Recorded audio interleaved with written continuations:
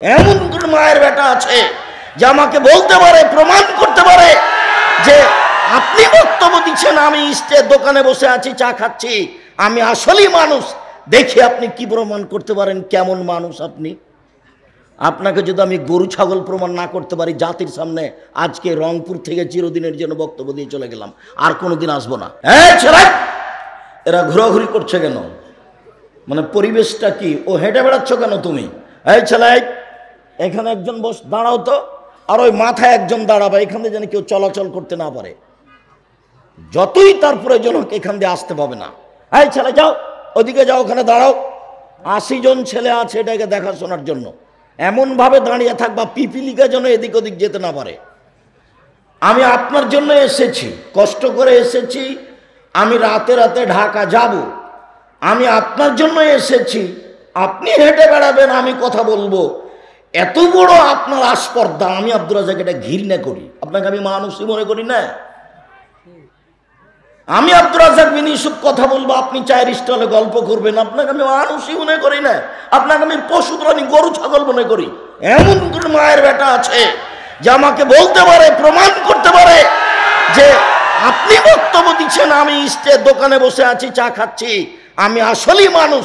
দেখে আপনি কি প্রমাণ করতে পারেন কেমন মানুষ আপনি? আপনাকে যদি আমি গরু ছাগল প্রমাণ না করতে পারি জাতির সামনে, আজকে রংপুর থেকে চিরদিনের জন্য বক্তব্য দিয়ে চলে গেলাম, আর কোনোদিন আসবো না। কি দেখাতে চান আপনি? আপনি তো সেই মানুষ, মাস্টার ডিগ্রি পাস মানুষ, হাই স্কুলে মাস্টারি করেন। ডান দিকে বসে আছেন আপনি, আপনার স্ত্রী মাস্টার ডিগ্রি পাস মানুষ, বাম দিকে বসে আছে। মধ্যে ছেলেটা বসে আছে, দুই কানে ইয়ারফোন লাগা আছে, ইন্ডিয়ার গান চলছে। আপনাকে যদি আমি কুকুর শ্রীগাল প্রমাণ না করতে পারি, বক্তব্য দিব না। আপনি তো সেই মানুষ, আপনার ছেলেটার প্যান্টটা টাকানোর নিচে আছে। আপনারা দুইজন শিক্ষিত মানুষ, এই কথা কে বলেছে? আমি তো বলিনি কোনোদিন। বা ছেলেটার প্যান্টটা টাকানোর নিচে রাখলো, চলে গেল, আর আপনি শিক্ষিত মানুষ মানে? অসম্ভব, এটা হতে পারে না। মুহাম্মদ সাল্লাল্লাহু আলাইহি ওয়াসাল্লাম বলেছেন, ফাআল্লামাহা ফাআল্লামা তালিমাহা ফাহসানা তালিমাহা ওয়াদাবাহা ফাহসানা তাদিবাহা। শিষ্টাচার শিখিয়ে দিল, সুন্দর শিষ্টাচার শিখিয়ে দিল।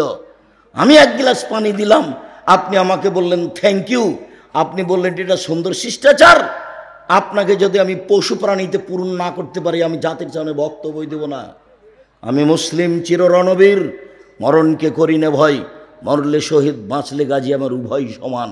আপনি আমাকে এক গ্লাস পানি দিলে আমি বলবো জাযাকাল্লাহ খায়ের। এই শিষ্টাচার আমাকে দিয়েছেন মুহাম্মদ সাল্লাল্লাহু আলাইহি ওয়াসাল্লাম। এই শিষ্টাচার আমাকে কে দিয়েছে? মুহাম্মদ সাল্লাল্লাহু আলাইহি ওয়াসাল্লাম। আর থ্যাংক ইউ দিয়েছে আপনাকে সাদা চামড়া, ইহুদি না হয় খ্রিস্টান। ওকে অনুসরণ করি না, আপনি করেন, আপনি যান, সেটা আপনার ব্যাপার। আল্লাহ নবী বলেছেন এর ফল ইলম, বিদ্যা উঠে যাবে, ওয়াকসরাল জাহাল, মূর্খতা বেড়ে যাবে। 20 বছর পূর্বে রংপুর জেলায় যত শিক্ষিত ছিল, আজকে তার চেয়ে বেশি হয়েছে না কম হয়েছে? বেশি হয়েছে। তাহলে আল্লাহর নবী মিথ্যা কথা বলেছেন? নাউজুবিল্লাহ মিন যালিক। আল্লাহ নবী বলেছেন বিদ্যা উঠে যাবে, মূর্খতা বেড়ে যাবে। এখন দেখছি বিদ্যা বেড়ে গেছে আর মূর্খতাই কমে গেছে। তাহলে আল্লাহর নবী মিথ্যা কথা বলেছেন? এই ছেলে, ওই যে মেয়েটা ক্লাস 10-এ পড়ে, এখন বসে আছে, তার মাথায় কাপড় নেই। তুমি বলো এ শিক্ষিত মেয়ে? তুমি বলো যে ওর পায়ের নিচে ফেরেশতা পর বিছাই? তুমি বলো এই কথা? ও, রংপুর খুব উন্নত মানের জায়গা, ভালো মেডিকেল আছে। তো রংপুরের এক মেধাবী ছেলে বহির্বিশ্ব থেকে পড়াশোনা করে এসেছে, ঢাকা পিজি হাসপাতালের ডাক্তার, 3 লক্ষ টাকা বেতন। সেই দিন এসেছে গ্রামে, পীরগাছা গ্রামে। তো গাড়ি থেকে নামলো ডাক্তার সাহেব, দেখা গেল পরনে প্যান্ট আছে, টাকনুর নিচে আছে, গলায় টাই আছে, দাড়ি চাঁচা আছে, হাতে সিগারেট আছে। একটু পরে বউটা গাড়ি থেকে নামলো, দেখা গেল গায়ে হালকা হালকা কাপড় আছে। নাতনি গাড়ি থেকে নামলো, পরনে কাপড়ই নেই। দেখা গেল গাড়ির পিছন দিকে কুকুর আছে। এবার বলো তুমি ওর বাপের টাকাই লস। এ তো গেছে গেছে, ওর বাপ মরলেই জাহান্নামে যাবে, মরেনি সেজন্য যায়নি, এর টাকার জবাব দিতে হবে। আবার তুমি ডাক্তারকে পরীক্ষা করে দেখো, 3 লক্ষ টাকা বেতন পাওয়ার পরেও একটা সাধারণ মানুষ গেছে, ওর প্রেসক্রিপশন লিখে দিয়েছে, ও জানে যে কোন কোম্পানির ওষুধ ভালো, এটা জানার পরেও যেই কোম্পানি টাকা তাকে দিয়ে রেখেছে ওই কোম্পানির ওষুধ লিখেছে। তাহলে ওর চেয়ে বদ মানুষ, ওর চেয়ে নিম্ন শ্রেণীর মানুষ, ওর চেয়ে ইতর শ্রেণীর মানুষ, ওর চেয়ে বড় বেটা ছেলে কি রং করে সব মায়েরা খেয়েছে, একটা বেটা ছেলে নাই, পুরুষ মানুষ নাই।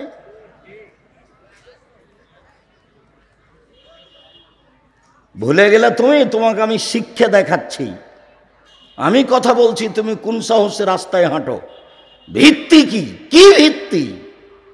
সম্মানিত দিনী ভাই বোন, আপনাকে আমি আসলে খাটো চোখে দেখব এই জন্য আমি আসিনি, আপনাকে আমি ভালো চোখে দেখতে চাই। আপনি আমার দিনী ভাই, আমি আপনার বাড়ির মানুষ, আমি আব্দুর রাজ্জাক বিন ইউসুফ, যাকে ডাকতে, যার সাথে কথা বলতে কোনো সমস্যা নেই, কোনো বাধা বিঘ্ন নেই,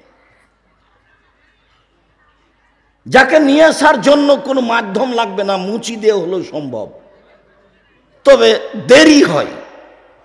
হেডমাস্টার বলছেন, আব্দুর রাজ্জাক সাহেব 3 বছরের চেষ্টায় পেয়েছি আজকে, তো এতে 3 বছর আমি আসতে চাইনি, যাব না, আসবো না, এখানকার লোক খারাপ ব্যবহার, খারাপ করেছে, টাকা দেয়নি, এগুলো তো নয়।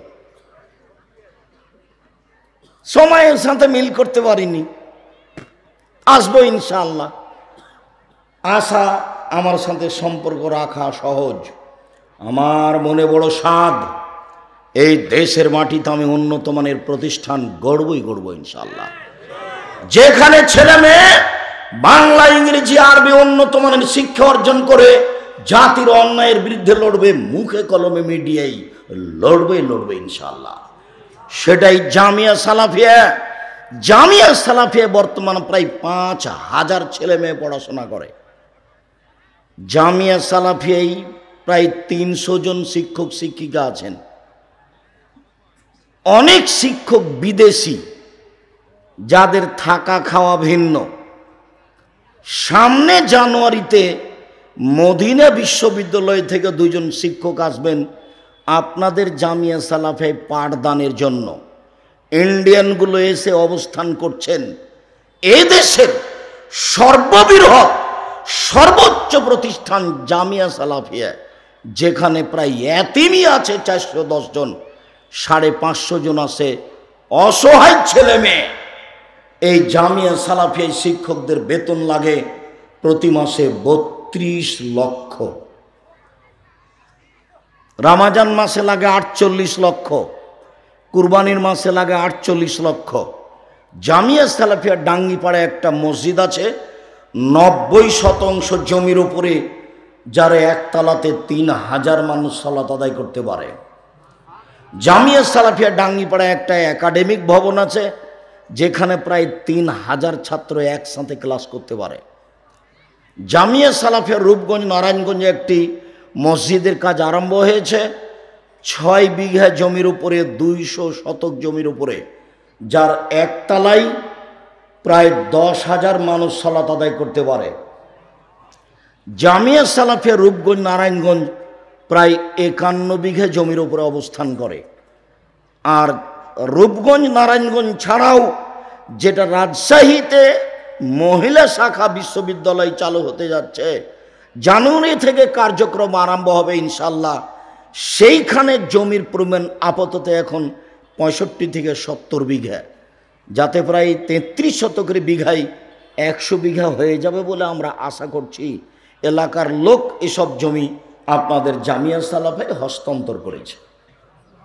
সম্মানিত দিনী ভাই বোন, আমার মনে বড় সাধ, আমি এই দেশের মাটিতে উন্নত মানের প্রতিষ্ঠান গড়ব ইনশাআল্লাহ, যেখানে ছেলে মেয়ে বাংলা, ইংরেজি, আরবি উন্নত মানের শিক্ষা অর্জন করে জাতির অন্যায়ের বিরুদ্ধে লড়বে, মুখে কলমে মিডিয়ায়। মুখে লড়ে যাচ্ছি, মিডিয়া আমার সামনে আছে, কলম আমার পাশে আছে, খালি হাতে যেতে হবে না। যাওয়ার সময় যেটাই হোক একটা কলম হাতে করে যেতে হবে। সেটা নামাজের উপরে হোক, সেটা উপদেশ বই হোক, সেটা আদর্শ পরিবার হোক, সেটা আদর্শ নারী হোক, সেটা মাসিক আল ইতেসাম পত্রিকা হোক, সেটা যেটাই হোক, নইলে একটা বই অল্প দামের সম অধিকার নয়, মর্যাদা চাই। কেন আমি মহিলা, আমার মর্যাদা নষ্ট হবে কেন? কোথায় গেলে আমার মর্যাদা আমি পাবো, সেইটা আমার প্রয়োজন। কম থেকে কম জামিয়া সালাফিয়া দান করতে শিখবেন, বেশি থেকে বেশি জামিয়া সালাফিয়া দান করতে শিখবেন। আমি যখন জামিয়া সালাফিয়া দান করতে বলেছি, তখন বলেছি পতিতালয়ের মহিলা যদি কুকুরকে পানি পান করে জান্নাত পেতে পারে, জামিয়া সালাফিয়া 10 টাকা দান করলে জান্নাত হবে ইনশাআল্লাহ। কেন? দলমুক্ত প্রতিষ্ঠান জামিয়া সালাফিয়া, সংগঠন মুক্ত প্রতিষ্ঠান জামিয়া সালাফিয়া, শিরক মুক্ত প্রতিষ্ঠান জামিয়া সালাফিয়া, বিদআত মুক্ত প্রতিষ্ঠান জামিয়া সালাফিয়া, হিংসা মুক্ত প্রতিষ্ঠান জামিয়া সালাফিয়া, দেশের সর্ববৃহৎ সর্বোচ্চ প্রতিষ্ঠান জামিয়া সালাফিয়া, যেখানে ছাত্র শিক্ষকের বাবার ক্ষমতা নাই দল সংগঠনের কথা বলতে পারে। যদি আমি বুঝতে পারি জামিয়া সালাফির শিক্ষকেরও ভাত হবে না, ছাত্ররও হবে না। আমি হিংসা দিয়ে প্রতিষ্ঠান গড়তে চাই না। সবসময় পেটে হিংসা ভর্তি হয়ে থাকবে, আরেকজনের বিরুদ্ধে সবসময় কথা বলবে, এমন আমি কোনোদিন পছন্দ করিনি, আজও করি না। জামিয়া সালাফে কোনোদিন দল সংগঠন জন্ম নিবে না, ইনশাআল্লাহ আপনি মনে রাখবেন। সম্মানিত দিনী ভাই বোন, বাংলাদেশের ব্যতিক্রম উপহার এদেশের জামিয়া সালাফিয়া। দেশ বিদেশের সকল দিনী ভাই বোনকে জামিয়া সালাফিয়ার জন্য আন্তরিকভাবে দোয়া করার ব্যাপারে অনুরোধ জানাই। ওপরে কবুল হলে সব সহজ, আর যদি ওপরে কবুল না হয় তাহলে সবটাই কঠিন। জামিয়া সালাফের সম্মেলন আগামী বৃহস্পতিবার শুক্রবার, দুর্ঘটনা না থাকলে পায়ে হেঁটে যাব এরকম আশা করবেন। প্রতিষ্ঠান দেখে আসা হবে, মনটা বড় হবে, ছেলে মেয়ে পাঠাতে ইচ্ছা হবে। পুরো ডিসেম্বর ফর্ম পূরণ হয়, আর 1 জানুয়ারি একদিন মাত্র ভর্তি হয়। 1 জানুয়ারি শিক্ষকই আছেন, শিক্ষিকা আছেন প্রায় 300 জন। এদেশের ব্যতিক্রম প্রতিষ্ঠান, যেটা পাহারাদার দিয়ে গেট পাহারা দেওয়া হয়, যেটা রিসিপশন দিয়ে মানুষকে ভিতরে নেওয়া হয়, বাহিরে দেওয়া হয়, এটাই সে প্রতিষ্ঠান যেটা সফটওয়্যারে চলে, ভিন্ন পদ্ধতিতে চলে। কমই বেসরকারি মাদ্রাসা এভাবে চলে, তা আপনি গেলে বুঝতে পারবেন যে আসলে এভাবে চলে না। এরপরেও এদেশে চলছে, এটাকে দেখানোর জন্য আমরা প্রস্তুত আছি।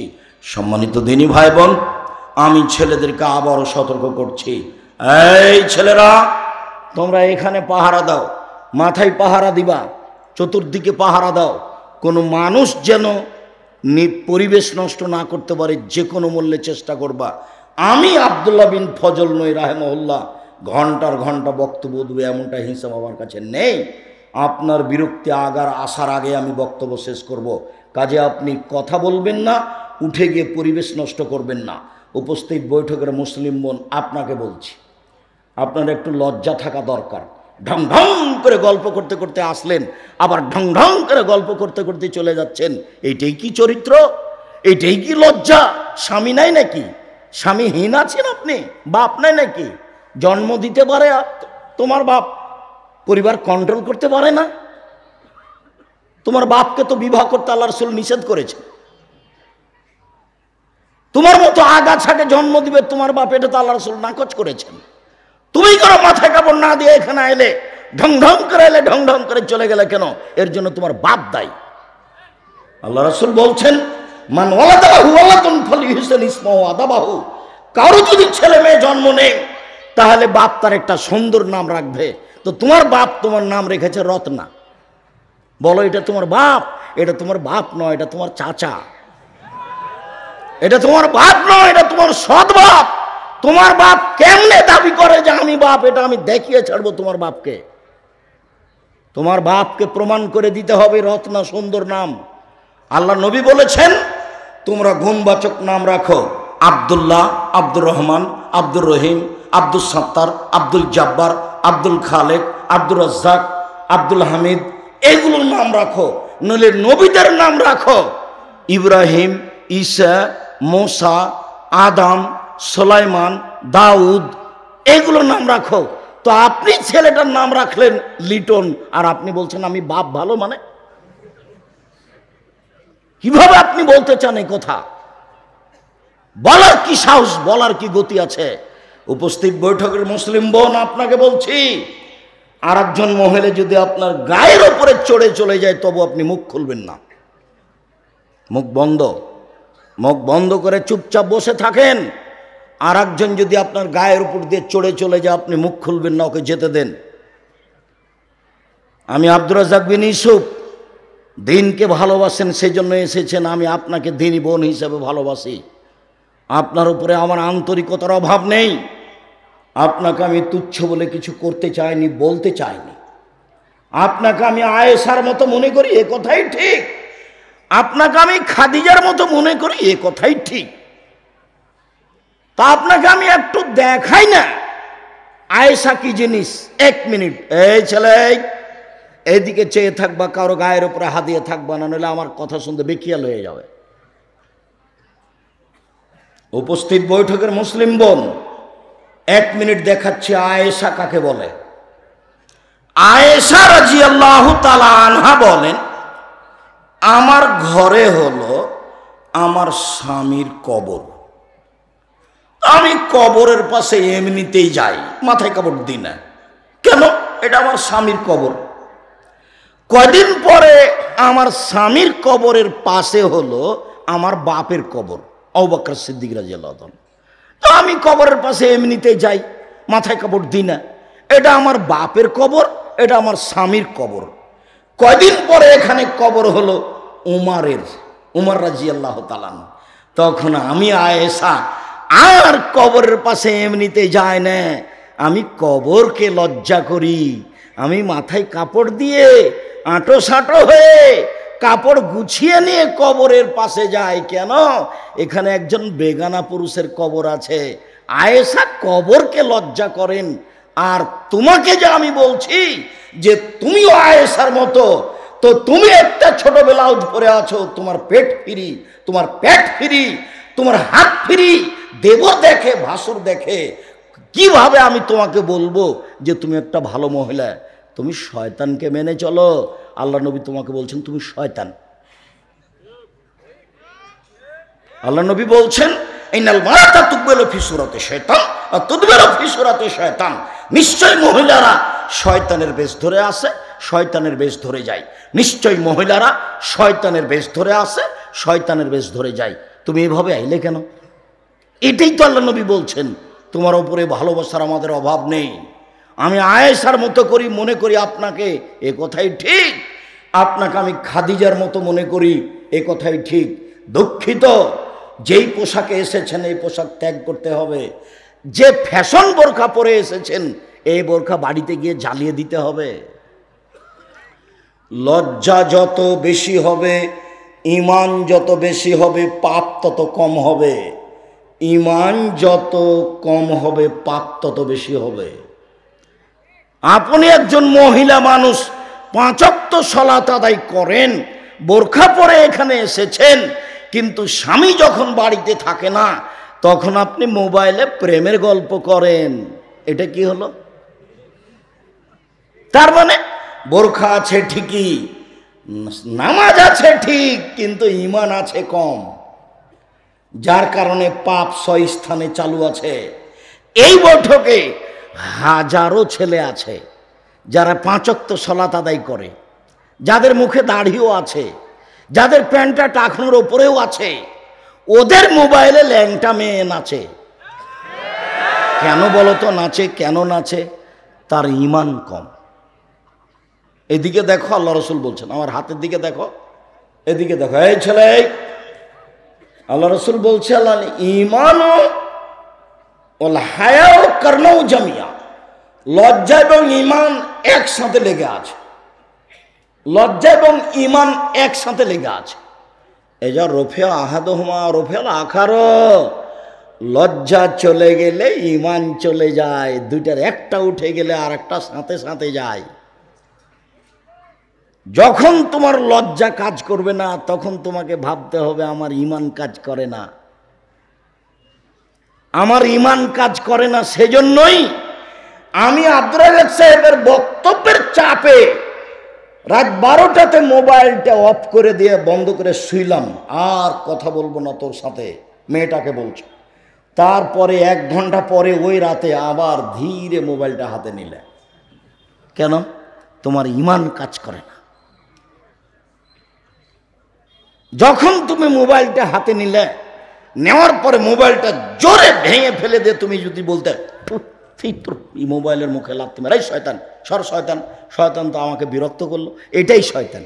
যেটা আব্দুল্লাহ বক্তব্যে বলছিল, আমি আর তুমি বুঝতে পারি না, শয়তানই তো আমাকে আবার কথা বলালো, শয়তান তো আমার অন্তরে বারবার মেসেজ দিচ্ছে, ওটা আল্লাহ বলছে, সবসময় আমার ভিতরে উস্কাচ্ছে শয়তান। উপস্থিত বৈঠকের মুসলিম বোন, আপনার লজ্জাবোধের দাবি রাখি একটু। আপনার জন্য একটা হাদিস বলে যাই, মেয়ের মাথায় কাপড় নেই এর জন্য আপনি দায়ী, ছেলেটা টাকনো নিচে প্যান্ট পরে আছে এর জন্য আপনি দায়ী, আপনার স্বামী 5 ওয়াক্ত সালাত ঠিক মতো আদায় করে না সেজন্য আপনি দায়ী। দেখেন আপনাকে আমি দেখাই, এরপরে আমি আলোচনায় যাচ্ছি। আলোচনা অল্প সময় হবে এ কথাই ঠিক, আপনি বিরক্ত হবেন এরকম প্রয়োজন আমাদের নেই। দেখেন, এক খেয়ালে চেয়ে থাকেন। ছেলেরা তোমরা একবারে স্টিল পাহারাদার হিসাবে থাকবে চতুর্দিকে, পিপিলিকা এদিক ওদিক হলে যেন তোমরা বুঝতে পারো। জাবের বলছেন রাদিয়াল্লাহু তাআলা আনহু, আমরা যুদ্ধ করে আসছিলাম, মদিনায় ঢুকবো। আল্লাহ নবী বললেন, তোমরা থামো, এখানে বসো, সকালে মদিনায় ঢুকবো। আমি জাবের বললাম, আল্লাহর নবী, আমি নতুন বিবাহ করেছি, আমাকে বাড়ি যেতে দেন। তখন আল্লাহ রসুল বলছেন, ও তুমি নতুন বিবাহ করেছ, বিকরা নাম সাইয়েবা, কুমারী মেয়ে বিবাহ করেছ না তালাক প্রাপ্ত মেয়ে বিবাহ করেছ? তিনি বলছেন, আল্লাহর নবী, সাইয়েবা, আমি তালাক প্রাপ্ত মেয়ে বিবাহ করেছি। ওর আগে বিবাহ হয়েছিল, ওর স্বামী তাকে তালাক দিয়ে দিয়েছে, আমি তাকে বিবাহ করেছি। আল্লাহ রসুল বলছেন, আল্লাহ বিক্রাম তুলাইবকা, তুমি কুমারী মেয়ে কেন বিবাহ করলে না? তুমি তার সাথে খেলতে, ও তোমার সাথে খেলতো। তুমি কুমারী মেয়ে কেন বিবাহ করলে না? তুমি তার সাথে খেলতে, ও তোমার সাথে খেলতো। এবার উত্তর শোনেন। আল্লাহর নবী, আমার পিতা ওহুদের যুদ্ধে শহীদ হয়েছেন 9 জন মেয়ে রেখে, আমার 9 জন বোন আছে। ফাআকরাহ আন উযাব্বিজা মিসলাহুন্না, এদের সমবয়সের মেয়ে বিবাহ করব, এটা আমি পছন্দ করি না 4টা কারণে। আল্লাহর নবী, আমার বোনদের সমবয়সের মেয়েকে আমি বিবাহ করিনি 4টা কারণে। আল্লাহর নবী, আমার বোনদের সমবয়সের মেয়েকে আমি বিবাহ করিনি 4টা কারণে। এক, লিতুআল্লিমাহুন্না, আমার বউ যেন আমার বোনদেরকে শিখিয়ে দিতে পারে। বিদ্যা মূলত প্রথমে কে শিখাবে? মা। মাই তো জানে না যে দরজা বন্ধ করতে হয় বিসমিল্লাহ বলে, তো মাই কি শিখাবে? মায়ে মাস্টার ডিগ্রি পাস করেছে, তো বইয়ে তো লেখা আছে, শরীর চর্চা বইয়ে, যে কিভাবে মেয়েদের গঠন পরিবর্তন হয় সেগুলো লেখা আছে। তো হায়েজ কি জিনিস, ঋতু কি জিনিস মায়ে জানে। দরজা বন্ধ করে শুইতে হবে এটা তো আর জানে না। বইয়ে তো সব মিথ্যা কথা লেখা আছে, মিথ্যে কথাই শিখেছে মা। মায়ে তো আর জানে না যে বিসমিল্লাহ বলে দরজা বন্ধ করতে হয়, এটা তো আর কোনোদিন দেখেনি, এই কথা তো আর বইয়ে লেখা নেই। কি শিখাবে ও? এক, আমার বউ যেন আমার বোনদেরকে বিদ্যা শিখাতে পারে। 2, বলে তুয়ার দেবাহন না, আমার বউ যেন আমার বোনদেরকে শিষ্টাচার শিখাতে পারে। শিষ্টাচার। আম্মু,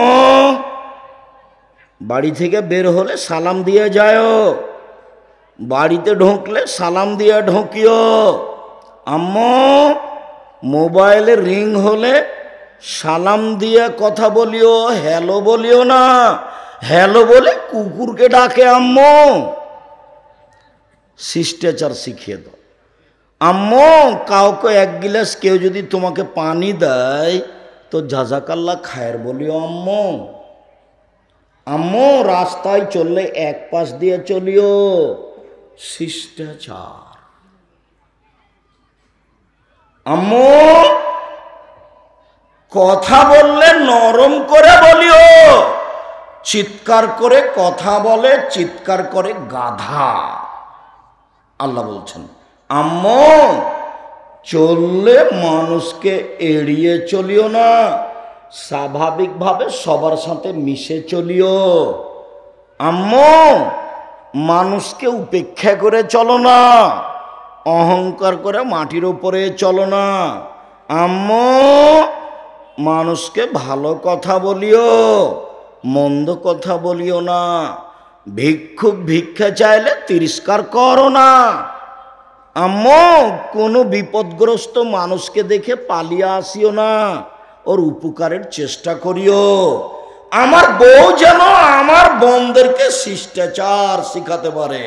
আম্মু অন্য ঘরে গেলে কখনো ওই প্লেট কিনে আনিও না যে প্লেটটাতে চিংড়ি মাছ ছাপা আছে।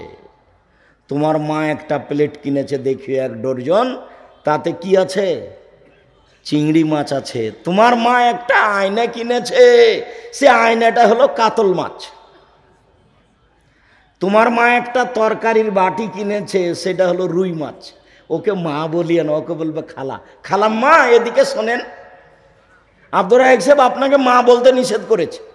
এই ছেলে, এটা তোমার মা নয়, এটা তোমার সৎ মা। তোমার মা তোমাকে কবর দিয়েছে, তোমাদের পরিবারকে কবর দিয়েছে। আমি দায়ী নই, জাতিকে আমি বলে যাচ্ছি, জাতি জবাব দিবে বিচারের মাঠে। 3, আমার স্ত্রী যেন আমার বোনদের মাথার চুল চিরুনি করে দিতে পারে। তার মানে ছেলে মেয়েকে সাজগোজ করে পরিপাটি করে রাখবে মায়ে। 4, আমার মা যেন তাদেরকে পাহারা দিতে পারে, আমার বউ যেন তাদেরকে পাহারা দিতে পারে। তোমার মা এই বাড়িতে পাহারাদার। তোমার মা এই বাড়িতে কি পাহারাদার? বলো তোমার মা কি পাহারা দেয়? হ্যাঁ আব্দুর রাজ্জাক সাহেব, আমাদের বাড়িতে যেন কুকুর না ঢোকে সে আমার মা পাহারা দেয়। আমাদের ঘরে যেন ছুঁচা না ঢোকে চিকে, সেটা আমার মা খুব দেখে, পাহারা দেয়। আমাদের বিছানায় যেন, আমার আব্বার বিছানায় যেন কেউ না চড়ে ধুলাবালি নিয়ে, সেটা আমার মা পাহারা দেয়। হ্যাঁ তোমার মা পাহারাদার। তোমার বোন এখন মাথায় কাপড় দিয়ে নেই, তোমার মা পাহারাদার নয়, এটা তোমার খালা, এটা তোমার খালা, এটা তোমার সৎ মা। বুঝতে পারেনি তোমার মা পাহারাদার কাকে বলে। এই ছেলে, এখানে তোমার মার জন্য কথা শেষ করলাম। 1, বিদ্যে শিখিয়ে দিবে তোমার মা। 2, শিষ্টাচার শিখিয়ে দিবে তোমার মা। 3, তোমার ভাই বোনকে সাজগোজ করে রাখবে তোমার মা। 4, তোমার ভাই বোনকে পাহারা দিবে তোমার মা। তোমার বাপকে পাহারা দিবে তোমার মা। তোমার বাপ ঘন্টার ঘন্টা মোবাইলে আরেকজনের সাথে প্রেম করে, তুমি ঘন্টার ঘন্টা আরেকজনের সাথে প্রেম করো, তোমার ঘরে দরজা লাগিয়ে দিয়ে তুমি গোটা একবারে টেবিয়াতে দেওয়ালে পুরো বড় টিভি চালু করে দিয়ে ল্যাংটা হয়ে সারাদিন দেখছো, সারা রাত দেখছো। তোমার মা এটা পাহারা দিবে। সারা রাত কেন, 1 মিনিট চালাতে পারে না, তার নাম মা। এই ছেলে শোনো, প্রত্যেক দিন তোমার বোন বিকেল 2টায় আসে স্কুলে, আজকে 2:30 2:30 এসেছে। 30 মিনিট কোথায় দেরি হয়েছে তোমার মাকে তন্ন তন্ন করে খুঁজে বের করতে হবে, তার নাম মা। তোমার মা তোমার বোনের হাতে দিয়েছে মোবাইল গেমস খেলার জন্য, আর তোমার মা ইন্ডিয়ান ছবি নিয়ে টিভিতে ব্যস্ত আছে। বলো তো তোমার মায়ের অবস্থায় আসলেই কি তোমার মা? শোনো, আল্লাহ নবী বলছেন, মান লাইবা বিন নারতে শির ফাকাদাত খালায়া দৌফি দামে খিনজির, কেউ যদি চৌসা, ছক্কা, লুডু, দাম্বা, দাবা, পাঞ্জা, ক্যারাম বোর্ড, তাস, গেমস, যত খেলা এরকম আছে আরো কিয়ামত পর্যন্ত তৈরি হবে, এসব খেলায় যে অংশগ্রহণ করবে সে তার হাতকে শরীর রক্তের মধ্যে ডুবিয়ে দিল। তো তোমার মা তো তোমার বোনের হাতকে শুকুরের রক্তের মধ্যে ডুবিয়েছে। এটাই যদি তোমার মা হয় তো তোমার খালাকে, এটাই যদি তোমার মা হয় তো তোমার সৎ মাকে। শোনো, আমাকে ভুল বুঝিও না, তোমাকে আর তোমার মাকে কষ্ট দিতে আসেনি। আমি ঠিক বলছি, এ কথাই ঠিক। আজকের আলোচনাতে সংশোধন হতে হবে, এ কথাই ঠিক। বাড়িতে যত ছবি, মূর্তি, কাঁকড়া আছে, অতীতের তোমার মায়ের বিবাহের সময় ছবি ধরা আছে, তোমার মা অ্যালবামে সেগুলো রেখে দিয়েছে, তুমি রেখেছো, সেগুলো ছিঁড়ে ছুটে টুকরা করে ভেঙে চড়ে ঘুমাবা। যদি না ঘুমাও তুমি মুনাফেক, তুমি মুনাফেক, তুমি মুনাফেক। তুমি বক্তব্যের সাথে মুনাফিকি করতে এসছো। যেটা আমি চাইনি, যেটা আমি চেয়েছি তোমার কল্যাণ, আমি এটা চাইনি। সম্মানিত দিনী ভাই বোন, বক্তব্যের সাথে মুনাফিকি করে কোনো লাভ নেই। শোনো, আগামীকাল সন্ধ্যা হতে হতে যত প্যান্ট আছে টাকনো নিচে সব কেটে দিবা। উপরের দিকে জড়ানো হারাম, নিচের দিকে কেটে ফেলতে হবে, এই কথাই ঠিক। বক্তব্যের সাথে মুনাফিকি করিও না, ভালো হবে। আমি ব্যক্তিগত কথা বলিনি, আল্লাহে আল্লাহর কসম, আল্লাহে আল্লাহর কসম, আল্লাহে আল্লাহর কসম, 33 বছর আমি কোনোদিন অপ্রয়োজনীয় কোনো বাক্য বলিনি। 33 বছরে আমি কোনোদিন কেসা কাহিনী বলিনি। 33 বছরে আমি কোনোদিন কোনো দলকে নিয়ে কথা বলিনি। 33 বছরে আমি কোনোদিন সরকারকে নিয়ে কথা বলিনি। আমি কথা বলছি আমার বাপ মা, তোমার বাপ মাকে নিয়ে, আমার ছেলে মেয়ে, তোমার ছেলে মেয়েকে নিয়ে। এরা যদি সংশোধন হয় তাহলে যথেষ্ট। সম্মানিত দিনী ভাই বোন, আল্লাহর নবী বলছেন, কুল্লু নাফসিম মিন বানি আদম সাইয়্যিদ, আদম সন্তানের সবাই সর্দার। ও রাজুলু ফি বাইতিহি সাইয়্যিদুন, বাড়ির মালিক, ছেলে মেয়ের বাপ, ও হলো কর্তা। অল মারাতু সাইয়্যিদা ফি বাইতি যাওজিহি, স্ত্রী তোমার মা, এ হলো কর্ত্রী। নিজের কাজ করে যে তাকে বলে কর্মী, অপরের কাজ দেখে যে তাকে বলে কর্তা। নিজের কাজ করে যে তাকে বলে কর্মী, অপরের কাজ দেখে যে তাকে বলে কর্তা। নিজের কাজ করে যে তাকে বলে কর্মী, অপরের কাজ দেখে যে তাকে বলে কর্তা। তো তোমার মা চুলের খোপা বেঁধেছে পিছন দিকে নিচু করে, আর তোমার বোন খোপা বেঁধে রেখেছে উপরে, যেটা বক্র উটের মতো নিন্দা করা হয়েছে। আল্লাহ নবী কঠোর নিন্দা করেছে। তো এখন তোমার মা তাকে কিছু বলল না। বলো তো তোমার মা এখন কর্মী না কর্ত্রী না কোনটা? কর্ত্রী নয়, তোমার মা এই পরিবারকে কবর দিয়েছে। তোমার মা জানে না কর্ত্রী কাকে বলে। আরে তোমার নানা তোমার মায়ের বিবাহ দিয়েছে, স্বামীর কাছে গেছে, তাই ছেলে হয়ে গেছে। ও আসলেই জানে না ছেলেকে কি করতে হবে। বাপে বিবাহ দিয়েছে, স্বামীর কাছে গেছে, তাই ছেলে হয়ে গেছে।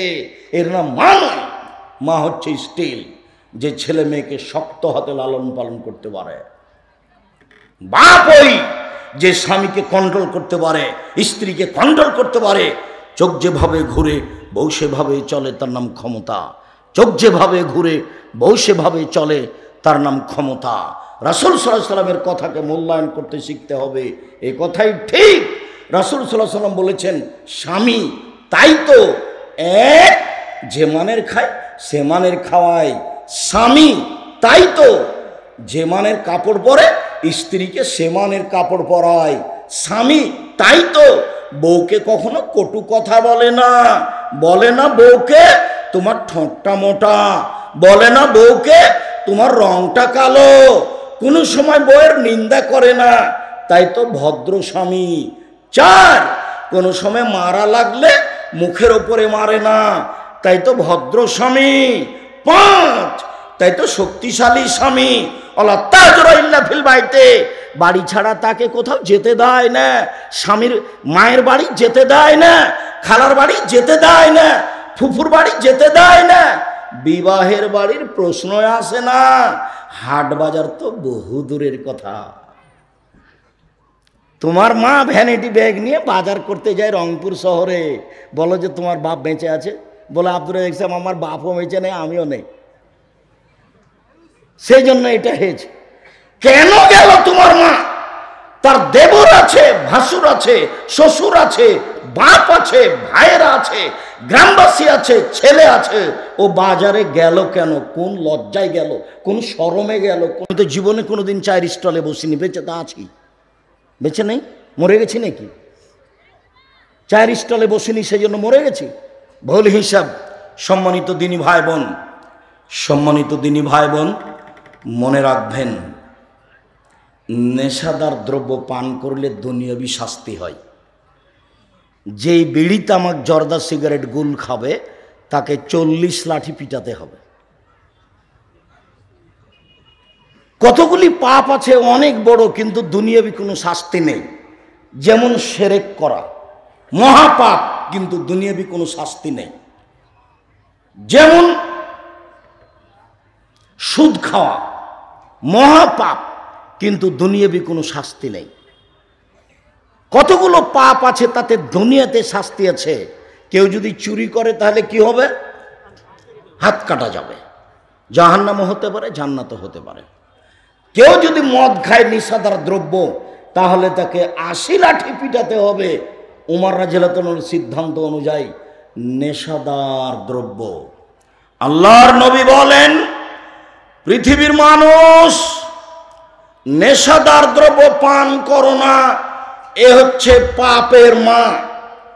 পৃথিবীর মানুষ নেশাদার দ্রব্য পান করো না, এটা হলো পাপের চাবি। পৃথিবীর মানুষ নেশাদার দ্রব্য পান করো না, এটা হচ্ছে পাপের মাথা। নেশাদার দ্রব্য পান করলে সব পাপ হবে। পৃথিবীর মানুষ কেউ যদি একদিন নেশাদার দ্রব্য পান করে 40 দিন তার নামাজ কবুল হবে না। পৃথিবীর মানুষ কেউ যদি একদিন নেশাদার দ্রব্য পান করে 40 দিন আল্লাহকে নিজের দিকে করা যাবে না। জেনা মহাপাপ ঘটে গেছে, আল্লাহ মাফ করো, ঠিক আছে করলাম। সুদ মহাপাপ, আর খাবো না কোনোদিন সুদ, মাফ করো, আচ্ছা ঠিক আছে করলাম। মদ খেয়েছি, মাফ করো, মাফ করো। কতদিন? 40 দিন। 40 দিন বলতে বলতে 40 দিনের মাথায় গিয়ে আল্লাহ আপনার বিষয়টি ভাবতে পারেন, তার নাম মদ। রাসূল সাল্লাল্লাহু আলাইহি সাল্লাম বলেন, মদমিনুল খামর কাবেদে ওসানিন, মদ খেলে সরস্বতী, ভগবতী, কালী, দুর্গা পূজা করলে যেমন পাপ হয়। গত রাত ছিল কি রাত? কালী পূজার রাত। গত রাত কি ছিল? কালী পূজার রাত। তো ওরা ওর সামনে কলা বিস্কুট রেখে তাকে সব কিছু বলছে। কলা যদি কুকুরে নিয়ে চলে যায় তার কিছু করার নেই, কিন্তু তার কাছে মাথা নত করছে। এতে যত পাপ হয়, নেশাদার দ্রব্য পান করলে তত পাপ হয়, এ কথা আল্লাহ নবী বলছেন। হ্যাঁ, নেশাদার দ্রব্য পান করলে এইরকমই পাপ হয়। নেশাদার দ্রব্য পান করা মহাপাপ। শোনো, নেশাদার দ্রব্য পান করা মানুষ জান্নাতে যাবে না। এক কোন বাপ মাকে মানে না যে সে জান্নাতে যাবে না। আজকে তোমার মা বাড়িতে সবচেয়ে বড় শত্রু। কেন? তোমার মা যা বলে সব উল্টা কথা বলে। তোমার মা তোমার বউকে অকথ্য ভাষায় গালি দেয়। যখন তুমি বিকালে 4টার সময় এসেছো, দেখছো যে তোমার মা বিছানায় পেশাব করেছে, ভিজা কাপড়ে শুয়ে আছে, বললে তোমার বউকে, হ্যাঁ আমার মায়ের কাপড়টা পরিবর্তন করো নিজে, তখন তোমার বউ বলছে, যাও তোমার মায়ের কাপড় তুমি পরিষ্কার করো গা। তোমার মা অকথ্য ভাষায় আমাকে গালি দেয় আর বলে, বের হয়ে যা, বের হয়ে যা, তুই বের হয়ে যা। তোমার মাকে আমি দেখব?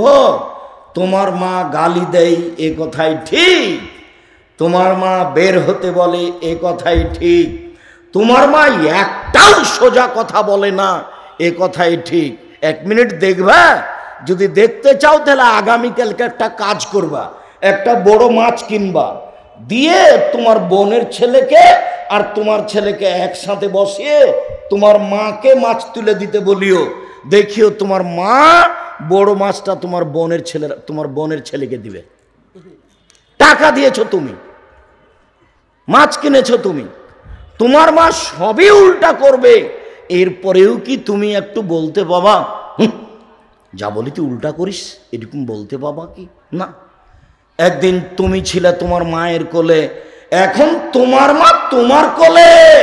পেশাব করাবা তুমি, পায়খানা করাবা তুমি, পানি খরচ করাবা তুমি, কাপড় বদলে দিবা তুমি, মেডিকেল নিয়ে যাবা তুমি, পেশাব করাবা তুমি, কাঁধে করে নিয়ে যাবা তুমি, সব কিছু করবা তুমি, মুখ খুলতে পাবা না তুমি।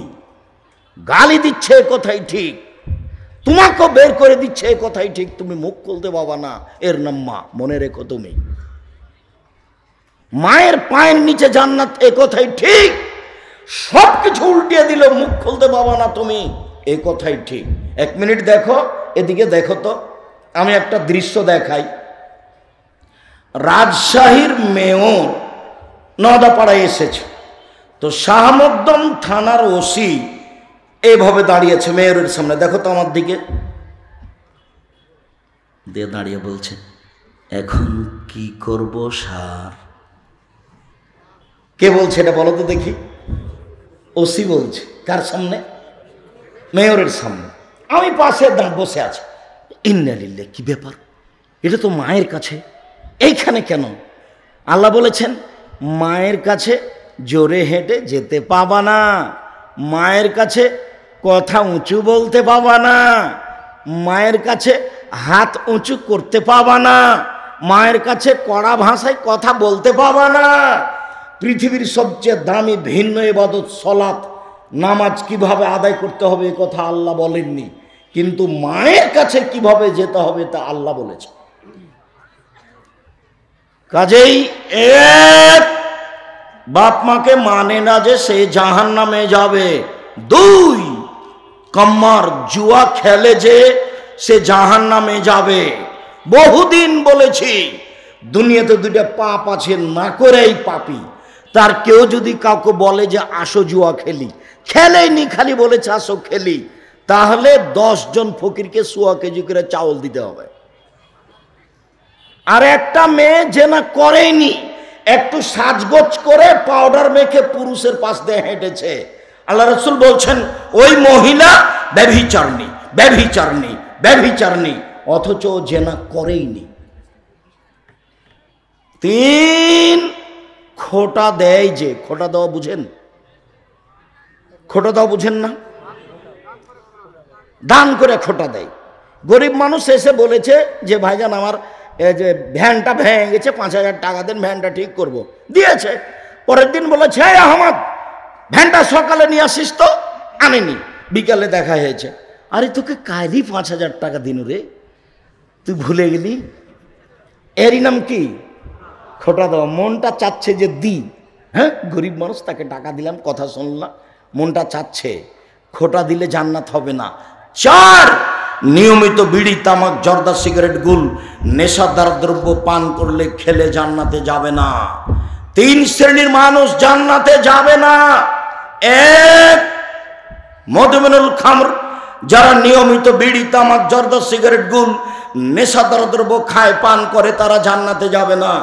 2, আর রাজরাত মিনান নিসায়ে, পুরুষের বেশধারী নারী, যারা পুরুষের জুতা স্যান্ডেল পরে, যারা পুরুষের শার্ট প্যান্ট পরে, যারা পুরুষের পোশাক পরে, এসব মহিলা জান্নাতে যাবে না। 3, দায়ুস, আপনি যার বাড়িতে বেহায়াইর সুযোগ পেয়েছে, সেই তাহাজ্জুদ পড়লেও হবে না, হজ করলেও হবে না, রংপুর সঠি বাড়ি বাড়ি, 3 চিল্লাই গেছে লন্ডন, আর মেয়ে ঢাকা বিশ্ববিদ্যালয়ে প্রেমের তাসবি টিপে। বাপে ওখানে 1000 দানার তাসবি টিপে। বাপে কত দানার তাসবি টিপে? 1000 দানার। আর মেয়ে প্রেমের তাসবি। তাহাজ্জুদ পড়ে লাভ হবে না, দায়ুস জান্নাতে যাবে না। এ কথা রাসূল সাল্লাল্লাহু আলাইহি সাল্লাম বলেন। সম্মানিত দ্বীনি ভাই বোন, রাসূল সাল্লাল্লাহু আলাইহি সাল্লাম বলেন, লা ইয়াকুনুন্না ফি হাযিহিল উম্মাহ, অচিরেই হবে আমার উম্মতে 3টি বিপদ। 3টি পাপের কারণে অচিরে আমার উম্মতে হবে 3টি বিপদ। 3টি পাপের কারণে। 1, ভূমিকম্প হবে। 2, আকার আকৃতি পরিবর্তন হয়ে যাবে, সুর বানর হয়ে যাবে। 3, সব ধরনের সমস্যা নেমে আসবে। মসজিদে মারামারি, মাদ্রাসায় মারামারি, রাস্তাঘাটে মারামারি, যেখানে সেখানে জেনা ব্যভিচার, অন্যায় সব কিছু নেমে আসবে। জিনিসের দাম বেড়ে যাবে। কেন? 3টে পাপের কারণে। 1, এই যে সারেবুল খমরা, যখন তারা নেশাদার দ্রব্য পান করবে। 2, জাহারাতুল কায়নাত, মেয়েরা যখন নাচবে। সব মোবাইলে মেয়ে নাচে, সব ঘরে মেয়ে নাচে, সব দোকানে মেয়ে নাচে। অজারাবুল মাযিফ, যখন বাদ্যযন্ত্র প্রকাশ পাবে। সব স্কুলেই বাজনা বাজে, সব ঘরে বাজনা বাজে, সব দোকানে বাজনা বাজে, প্রায় সব মোবাইলেই বাজনা বাজে। যখন 3টে জিনিস প্রকাশ পাবে, তখন 3টে বিপদ নেমে আসবে। 1, ভূমিকম্প হবে। 2, মানুষের চেহারা বানরের মতো, সোরের মতো হবে। 3, সব ধরনের সমস্যা নেমে আসবে। রাস্তাঘাটে মারামারি, মসজিদে মারামারি, মাদ্রাসায় মারামারি, যেখানে সেখানে মারামারি। জিনিসের দাম বেড়ে যাবে। জমির দাম 3 লক্ষ, রেস্ট্রি নাকি 2 লক্ষ। এখন নাকি রেস্ট্রি আরো বেশি, রেস্ট্রির খরচ আরো বেশি। অবাক দুনিয়া গো। আমি তো জমি আপনার কাছে কিনেছি, তো ওখানে আমাকে টাকা জমা দিতে হচ্ছে কেন? এইটা কি আব্দুর রাজ্জাক সাহেব? এটা কি? এটা এই যে 3টে কারণে। কি কারণ? 1, সবাই বিড়ি তামাক খায় জন্য। আরেকটা কি? সব মোবাইলে মেয়ে নাচে এই জন্য। সব বাড়িতে বাজে, সব দোকানেই বাজে। আরেকটা কি? বাদ্যযন্ত্র। মনে হচ্ছে বাদ্যযন্ত্র পাপই নয়, তাই মনে হয় না? দোকানপাটে, স্কুল, এই ছেলেরা এরা কোথা থেকে হেঁটে আসলো? এরা কি পাহারাদার? বসো, এই ছেলে বসো। অল্প সময় ধৈর্য ধারণ করো। আমরা একটা কাছাকাছি পর্যায়ে চলে এসেছি, আর বেশিক্ষণ সময় হবে না, একটু ধৈর্য ধারণ করো। সম্মানিত দ্বীনি ভাই বোন, এই ছেলে দেখো তো, কেউ কোনো জায়গা থেকে উঠে যেন পরিবেশ নষ্ট না করে। একটা বাক্যের মূল্য 1 কোটি টাকা মনে করবেন, তাহলে এটা সহজ হবে। মুআয ইবনে জাবাল বলছেন, আল্লাহ রাসূল বলেছেন, নেতৃত্ব শুরু হয়েছে নবী দিয়ে, দয়া দিয়ে। ওমরের মতো মানুষের নেতৃত্ব শুরু হয়েছে খেলাফত দিয়ে, দয়া দিয়ে। এরপরে নেতৃত্ব শুরু হবে মুলকান আজুজান, জোরজার মুল্লুকতার। এরপরে নেতৃত্ব শুরু হবে ওতুয়ান, ফাসাদান, জাবরিয়াতান। যে কোনো মূল্যে নেতা হবেই হবে। মানুষকে মেরে হোক, জবে করে হোক, যে কোনো মূল্যে হোক, নেতা হবেই হবে। তখন 3টে জিনিস প্রকাশ পাবে। 1, ওরা রেশমি কাপড় ব্যবহার করবে। 2, ওরা জেনাকে হালাল মনে করবে। 3, নেশাদার দ্রব্য পান করাকে হালাল মনে করবে। 4, দৈনন্দিন ধনী হয়ে যাবে। 5, ধনী হওয়ার জন্য সব সহযোগিতা পাবে। ব্যাংকের 50 কোটি টাকা উঠিয়েছে, কয়দিন পরে নাকি তাকে আর পরিশোধ করা লাগবে না। ব্যাংকের টাকা নাকি তারই। এক, নবীদের নেতৃত্ব চলেনি দয়া ছাড়া। ওমর রাদিয়াল্লাহু তাআলা আনহুর নেতৃত্ব চলেনি আল্লাহর দয়া ছাড়া। এরপরে নেতৃত্ব হবে মুলকান আজুজান, জোরজার মুল্লুকতার। এরপরে নেতৃত্ব হবে জোর করে হতেই হবে। তখন চারটা পাঁচটা জিনিস প্রকাশ পাবে। এক, রেশমি কাপড় মখমল চাদর বিছানে দেখা যাবে, সিল্ক কাপড়ের পাঞ্জাবি গায়ে দেখা যাবে। দুই, জেনাকে হালাল মনে করবে। তিন, নেশাদার দ্রব্য পান করাকে হালাল মনে করবে। চার, দৈনন্দিন ধনী হয়ে যাবে। আরে ও তো রংপুরের ছেলে, ও তো আমাদের বাড়ির পাশে পুকুর ধারে খালি পরনে খালি স্যান্ডেলে ল্যাংটা হয়ে গামছা পরে ছাগল চড়াতো। তার পরের বছর দেখলাম ওরা দুই বাপ বেটা গেছে ঢাকা, ওরা ঠেলা গাড়ি চালায়। ওর বাপ পিছন দিক থেকে ঠেলে আর বেটা আগা দিক থেকে টানে। তার নাকি বাড়িতে 10টা বাড়ি, ঢাকায় নাকি 10টা বাড়ি হয়েছে, সবই নাকি টাওয়ার, সবই নাকি টাওয়ার। তাই নাকি নেতা, তাই নাকি নেতা। সবাই যে বলছে যে মোদি আগে কি করত, চানাচুর বিক্রি করত, বাদাম বিক্রি করত। তাহলে তো পড়াশোনা জানে না। ও তো আওরঙ্গজেবের তৈরি, বাদশাহ শাহজাহানের তৈরি। সব বাড়ি ঘরকে বলবে যে মসজিদ ভেঙে করেছে। জুলুম করে যদি কিছু করত তো নেতৃত্ব দিয়েছে 750 বছর। কতদিন? 750 বছর। আওরঙ্গজেব একাই দিয়েছেন 50 বছর। সারা ভারতে কোনো হিন্দু থাকতো না, সারা ভারতে কোনো মূর্তি থাকতো না, কোনো ওই গির্জাঘর থাকতো না। তোমার তাদের চরিত্রের পূজা করা উচিত। কেমনে বলো যে এই করেছে, এই করেছে, অন্যায় করেছে, সে অন্যায় করেছে, বলো কিভাবে? চিরদিন পৃথিবী ভোগ করতে পাওয়া যাবে না। ফেরাউন ডুবে গেছে। ফেরাউন একদিন কি হয়েছে? ডুবে গেছে। 1750 বছর বেঁচে থাকার পরেও, 1750 বছর, 400 বছর নেতৃত্ব দেওয়ার পরেও। কাজেই ক্ষমতা দেখিয়ে, দাঙ্গাবাজি করে, লুটতরাজ করে, রাহাজানি করে 2 দিন বাঁচবেন না। জোর করে জমি দখল করে ক্ষমতা দেখিয়ে 2 দিন বাঁচার ইচ্ছা করবেন না। আর রংপুরের নীতি ত্যাগ করবেন। আব্দুর রাজ্জাক সাহেব কি কি কি কি বললেন? রংপুরের নীতি মানে কেন? রংপুরের নীতি বুঝো না?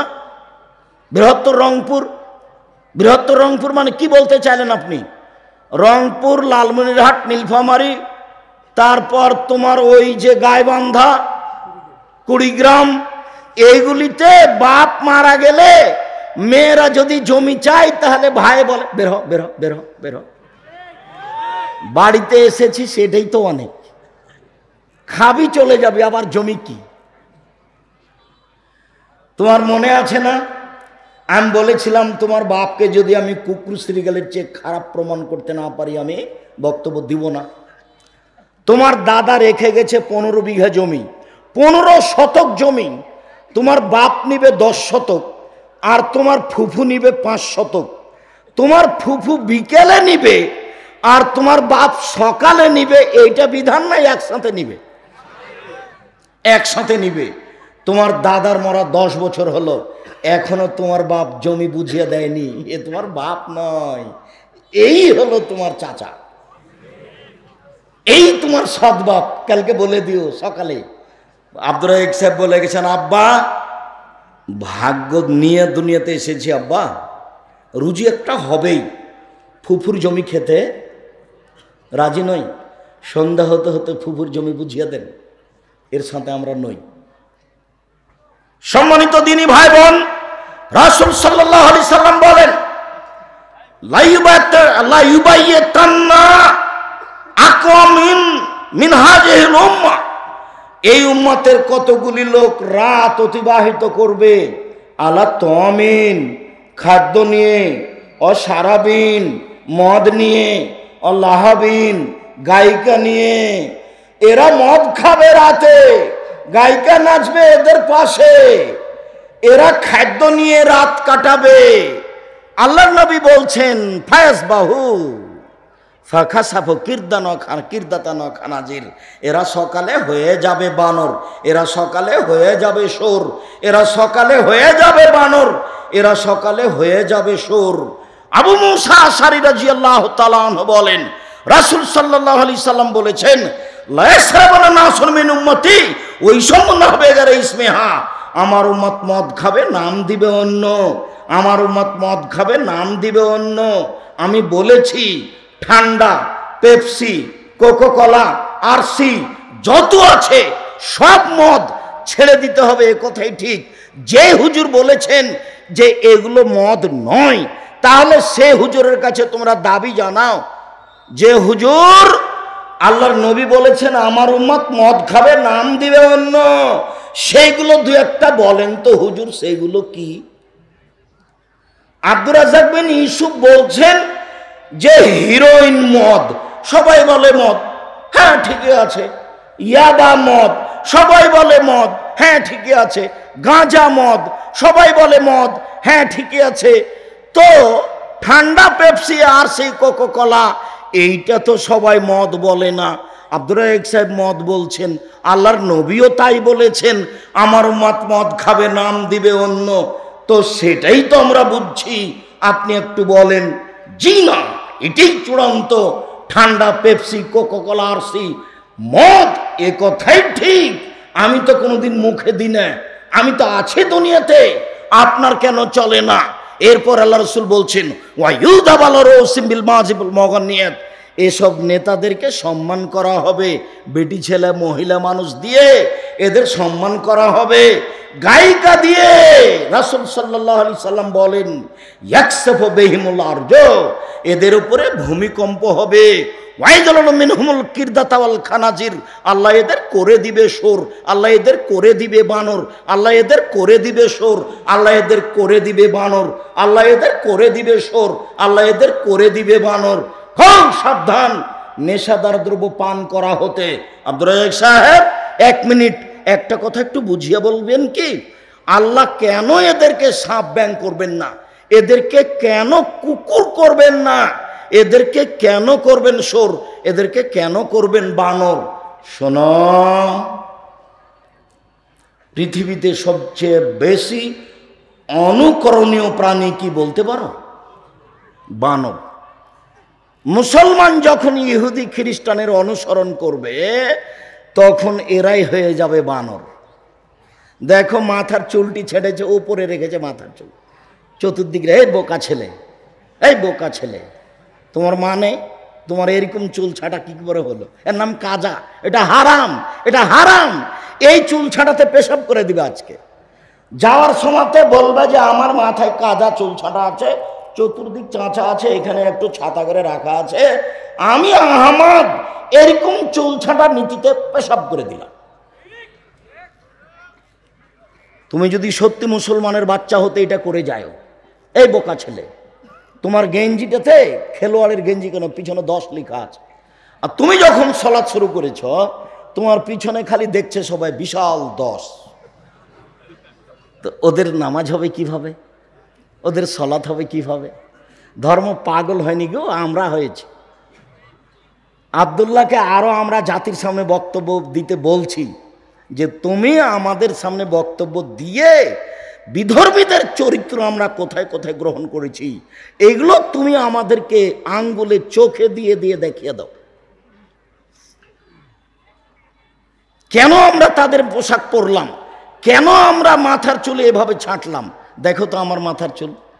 আমি যখন ছাত্রদেরকে দেখাই তখন আমি বলি, এই ছেলে শোনো, আমি ছাত্র জীবনে বলতাম, এই শোনো শোনো, যে আমার চুল ছাটা শিখবো না সে আমার মাথা ছেড়ে শিখো, এদিকে যাক নেন ওদিকে যাক, তাতে আসে যায়। আমি আব্দুর রাজ্জাক বিন ইউসুফ ছাত্র জীবনও তাই, এখনও তাই। যারা প্রতিষ্ঠানের প্রধান শিক্ষক তারা আমাকে দেখতে আসতো গভীর রাতে, মৌলানা আরিফ বুখারী পড়াতেন। ঠিক 12:30 একটার দিকে একটা চাদর নিয়ে এসে বলছে, আব্দুর রাজ্জাক मैं आपके लिए হাদিয়া খরিদা, মুঝে লৌটানা মাত। আব্দুর রাজ্জাক তোমার জন্য এই উপহারটা আমি নিয়ে এসেছি, তুমি এটা আমাকে ফিরিয়ে দিবা না। এক একজনের ভালোবাসা যদি তোমাকে নকল করে শোনাই অবাক হয়ে যাবা। 24 বছর পরে গেছিলাম, তা আমাকে বলছে আব্দুর রাজ্জাক আরে আপ তো জারবুল মিসাল বান গয়ে হ্যাঁ, সব সময়তে আমরা তোমার নামে উদাহরণ দিই। পড়া দেখতে চাও তো আব্দুর রাজ্জাককে দেখো, তোমার নামে উদাহরণ দিই। আমি নাকি তাদের জন্য উদাহরণ হয়ে গেছি, জারবুল মিসাল। সম্মানিত দিনী ভাই বোন, বলছিলাম আচ্ছা ঠিক আছে আব্দুর রাজ্জাক সাহেব, অনুকরণ বুঝলাম, তো শোর হব কেন? শোর কেন হবে?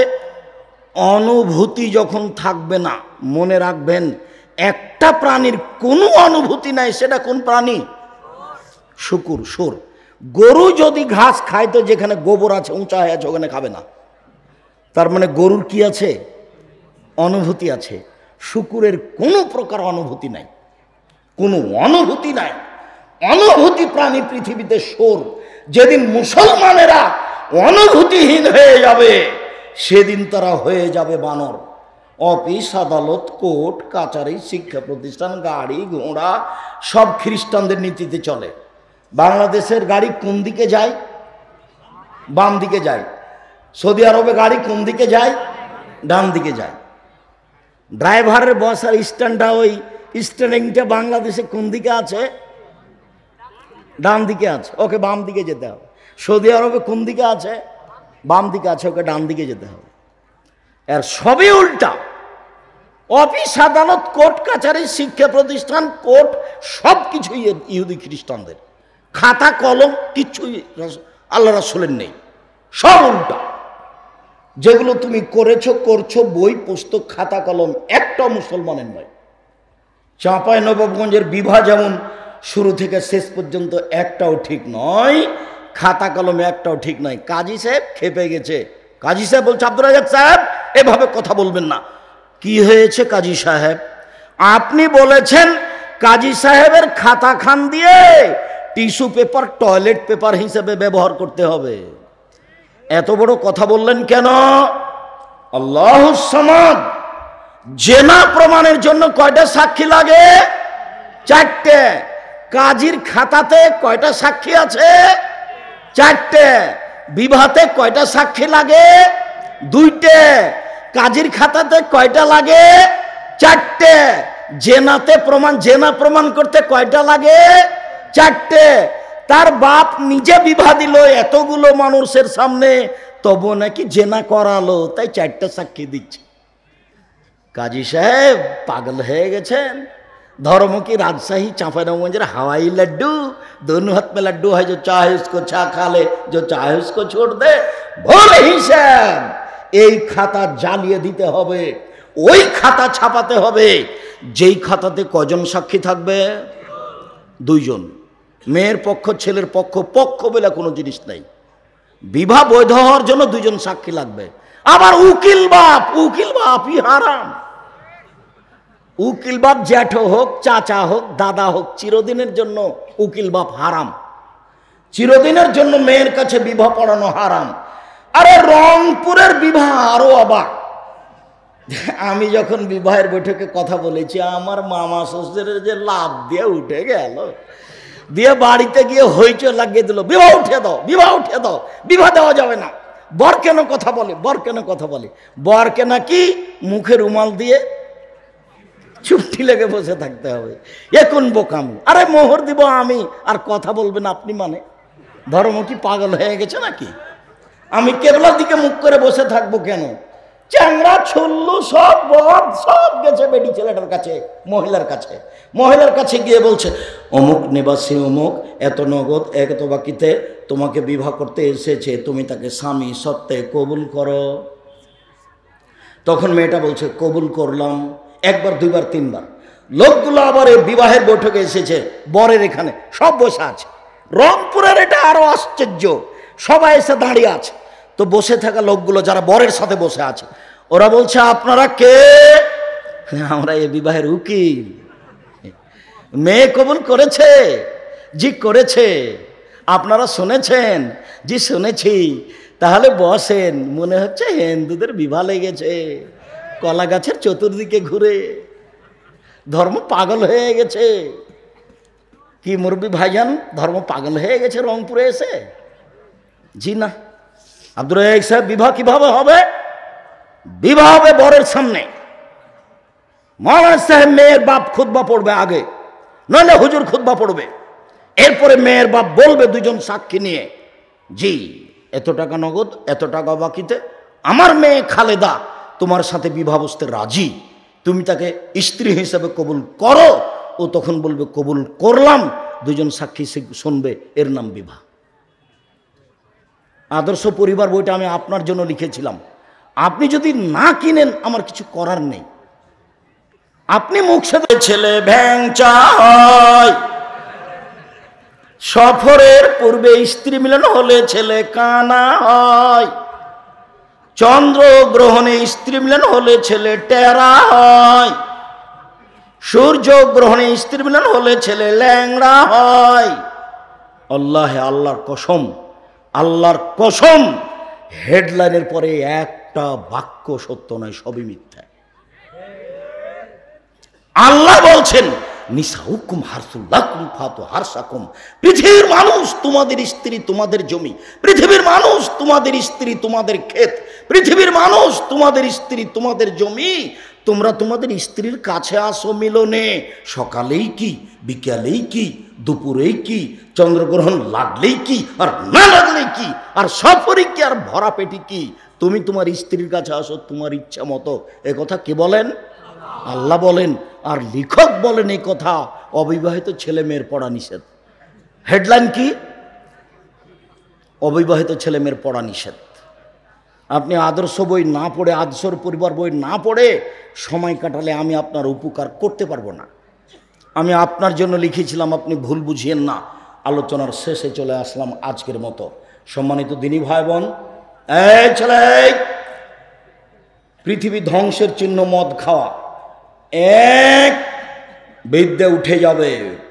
দুই, মূর্খতা বেড়ে যাবে। তিন, মদ পান বেশি হয়ে যাবে। চার, পুরুষ কমে যাবে। পাঁচ, মহিলা বেশি হয়ে যাবে। ছয়, একজন পুরুষের অধীনে থাকবে 50 জন নারী। আরবিতে 50, 50 নয়, আরবিতে 50 মানে হাজারো। একজন যুবকের সাথে হাজারো নারীর জেনার সম্পর্ক থাকবে। এখানে বসে আছে হাজারো শত ছেলে, যাদের মোবাইলে শত মেয়ের নাম্বার আছে, যাদের সাথে প্রেমের গল্প হয়। আর ওই বোকা ইতর শ্রেণীর মেয়ে হুঁশ পেল না, তার বাপকে কবর দিল, তার মাকে কবর দিল, বংশকে কবর দিল, নিজের ইজ্জত বিক্রি করলো। ও বুঝতে পারলো না যে আমার মতো হাজারো মেয়ের সাথে তার সম্পর্ক আছে। বোঝা উচিত। সম্মানিত দিনী ভাই বোন, আল্লাহ রসুলের একটা বাক্য বলি। আল্লাহ রসুল বলছেন, আমার জীবনে বড় ভয়, আমার উম্মাত গোপন পাপে লিপ্ত হবে, এটাই আমার ভয়। পৃথিবীর মানুষ শুনে রেখো, আমি মুহাম্মদ সাল্লাল্লাহু আলাইহি ওয়াসাল্লাম দুনিয়া থেকে চলে গেলাম, আমার জীবনে একটা ভয় থেকে গেল। কি? আমার উম্মাত গোপন পাপে লিপ্ত হবে। ছেলে আছে রংপুরে, মেয়ে আছে লন্ডনে, পরনে কাপড় নেই, প্রেমের গল্প চলছে, এটা আমার ভয়। গোসলখানায় প্রেম প্রীতির গল্প হবে, জেনা হবে, এটা আমার ভয়। আমার উম্মাত গোপন পাপে লিপ্ত হবে, এটাই আমার ভয়। পুরুষে পুরুষে জেনা হবে, এটাই আমার ভয়। নারীতে নারীতে জেনা হবে, এটা আমার ভয়। আমার উম্মত গোপন পাপে লিপ্ত হবে, এটা আমার ভয়। আমি এ আশঙ্কা জাতির সামনে রেখে চলে গেলাম। আমার উম্মত গরিব হবে, এ ভয় আমি করি না। আমার উম্মত টাকা পয়সার পিছনে পড়বে, এটা আমার ভয়। সম্মানিত দিনী ভাই বোন, আমি আপনাদেরকে আদ-দাওয়া ইলাল্লাহর সার্বিক কাজে অংশগ্রহণ করার জন্য অনুরোধ জানাচ্ছি। আজ থেকেই, আগামীকাল থেকে মক্তব চালু করার অনুরোধ জানাচ্ছি। যাওয়ার সময় সবাকে, বই পুস্তক কোথায় আছে? এখানে বই পুস্তক আছে, কেউ ছেড়ে যাবেন না। উপদেশ বই আছে, সলাতের বই আছে, আজকের আলোচনা সাথে সাথে কে বড় ক্ষতিগ্রস্ত, কে বড় লাভবান বই আছে। আমার দিনী বোনেরা 10 মিনিট অপেক্ষা করবেন। আপনার জন্য যত বই আছে সব আপনার কাছে পৌঁছে দেওয়ার ব্যবস্থা করছি। আপনি একটু অপেক্ষা করেন। আমার দিনী ভাই বোনকে 23-24 ডাঙ্গিপাড়া পবা সম্মেলনে রাজশাহীতে উপস্থিত হওয়ার জন্য অনুরোধ জানাচ্ছি।